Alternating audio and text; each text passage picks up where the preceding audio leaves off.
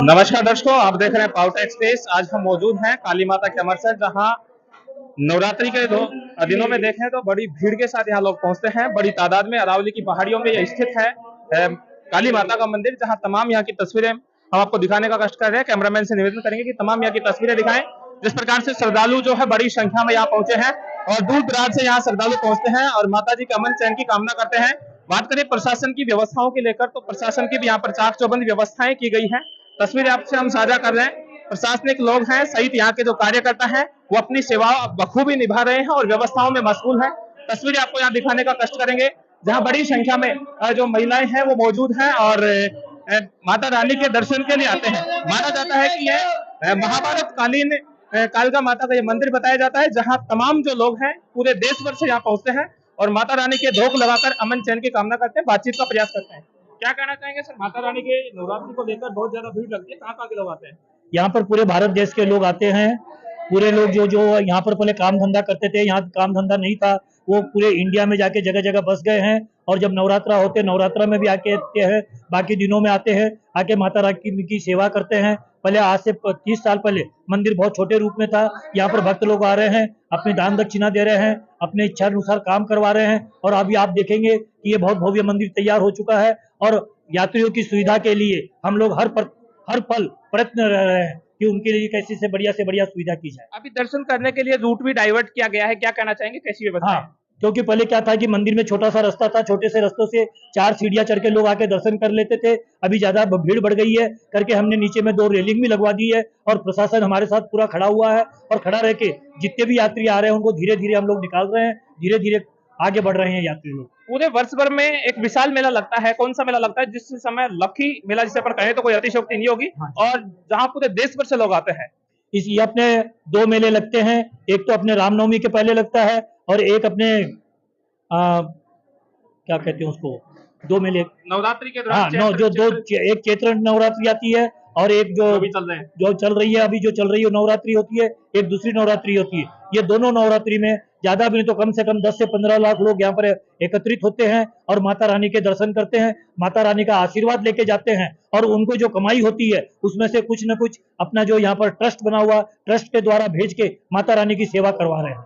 भीड़ बहुत ज्यादा आती है नवरात्रों को लेकर, प्रशासन की क्या व्यवस्थाएं होती हैं? प्रशासन के द्वारा पूरी व्यवस्था रहती है।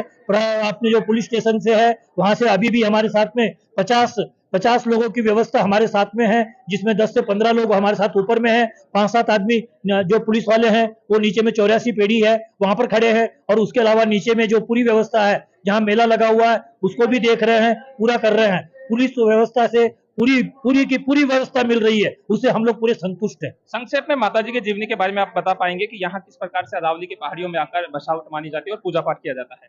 माता रानी का कहते हैं कि आज से हजारों साल पहले अपने जो महाभारत युद्ध हुआ था उसके पहले पांडव लोग भी यहाँ पर आए थे और पांडव लोगों ने यहाँ पर तपस्या की थी और यहाँ पास में ही एक नदी का उद्गम भी उनके द्वारा हुआ था, उनके द्वारा भी ये कहा जाता है। कुछ लोग कहते हैं कि यहाँ पर माता रानी का पहले दर्शाव जो है एक चूहा भगत को हुआ था और चूहा भगत जो था यहाँ पर एक लकड़हारा था, वो लकड़ी काटता था। एक बार जब माता प्रकट होने का समय आया तो माता ने उससे कहा कि तू आंखें बंद कर ले, मैं निकल रही हूँ, अगर तू चिल्लाट मारा तो मैं वहीं रुक जाऊंगी। तो कहते हैं कि जैसे ही उसने माता रानी ने अपना शीश बाहर उदय हुआ और वो शीश को देखते ही और वो चिल्लाट मारने लगा तो माता रानी का शीश वहीं तक निकल के रह गया। आज भी हम मंदिर के अंदर जाके देखने से पहाड़ टूटा हुआ फूटा हुआ नजर आता है। क्या व्यवस्थाएं होती हैं कार्यकर्ताओं की, क्योंकि बड़ी संख्या में नीचे से जब ऊपर तक में आया तो जगह जगह कार्यकर्ता खड़े हैं, पुलिस प्रशासनिक लोग भी खड़े हैं। किस प्रकार की सेवा करके आप एक अपना मन को शांति प्राप्त कर पाते हैं और माता जी के लिए जो आराधना जिसे पर कह सकते हो व्यक्त करते हैं? देखिए, पूरे जितने भी अपने कार्यकर्ता है हम लोग चाहते हैं कि हर 10 कदम के ऊपर या कम से कम जितना ज्यादा हो सके ज्यादा से ज्यादा कार्यकर्ता खड़े रहे और जो जाने आने वाले जितने भी यात्री है उनको किसी तरह की तकलीफ ना हो और वो आराम से जाए और आराम से दर्शन करके नीचे उतरे।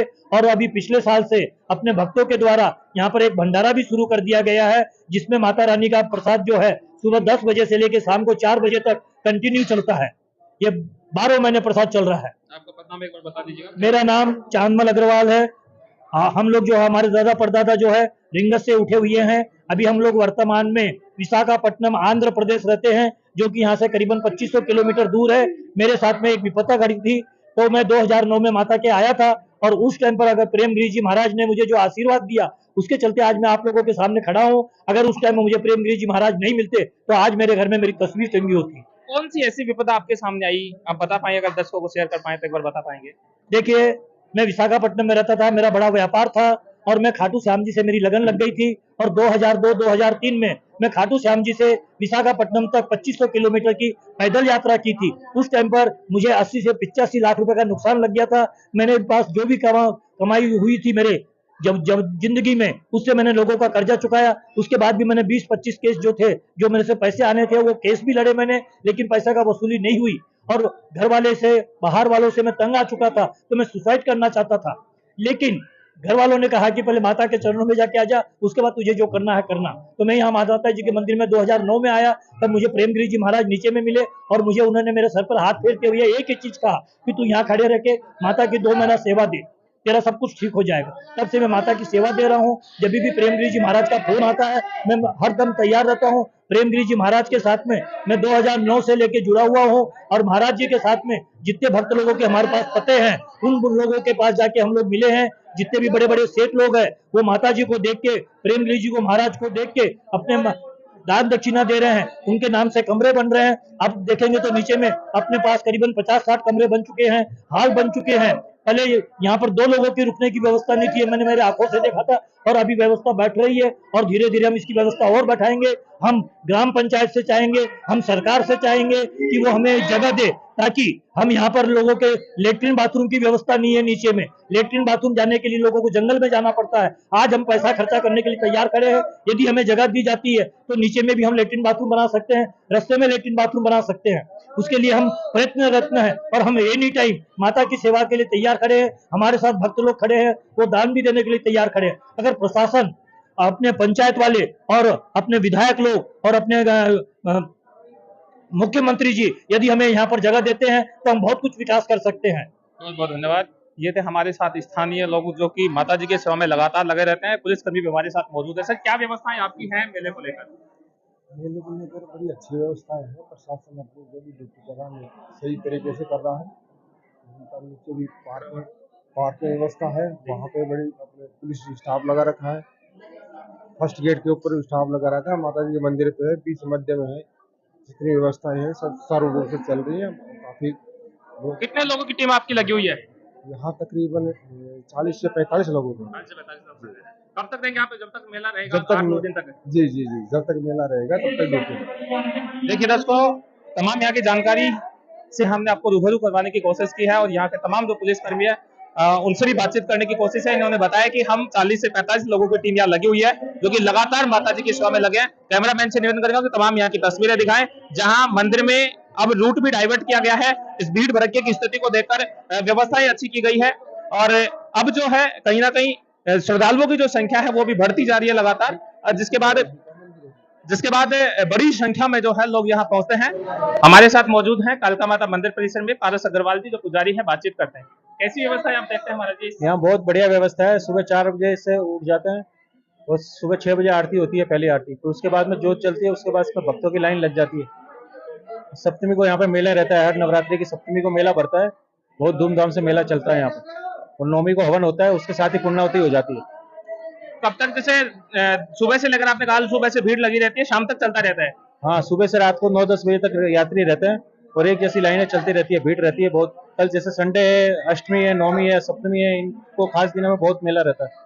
नवरात्रि के दिनों में या फिर अन्य दिनों में बंद कब होता है?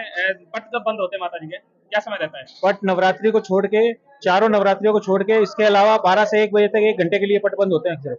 केवल 1 घंटे के लिए? हाँ। बाकी के दिन में सुबह 6 बजे पट खुलते हैं, सो रात को 8, 8:30, 9 बजे तक। थोड़ा सा माता जी की जीवनी के बारे में आप संक्षेप बता पाएंगे, किस प्रकार से यहाँ माता जी का जो है? यहाँ बताते हैं कि भारतवर्ष में ये पांडवों ने यहाँ पे तपस्या कर रखी है, और माता जी के जस्ट पास में ये गुफा है जो नगरकोट तक जाती है, और यहाँ पिंड है माता जी का निकला हुआ है, पिंड ये पूरा, और पहाड़ों के अंदर पिंडी रूप है, और पहाड़ों के अंदर पूरी बसी हुई है माता जी। चारों तरफ उसके पहाड़ है। ये अरावली की वादियों में माता जी बसी हुई है। माना जाता है कि महाभारत कालीन जो है ये पांडवों ने तपस्या कर रखी है यहाँ पर। हाँ जी। हमारे साथ और भी आपको जो मंदिर से जुड़े हुए जो लोग हैं उनसे भी बातचीत करने की कोशिश करेंगे। हमारे साथ पारस जी थे पुजारी, जिन्होंने हमें जानकारी प्रदान करने की बात की। बहुत बहुत धन्यवाद पारस जी।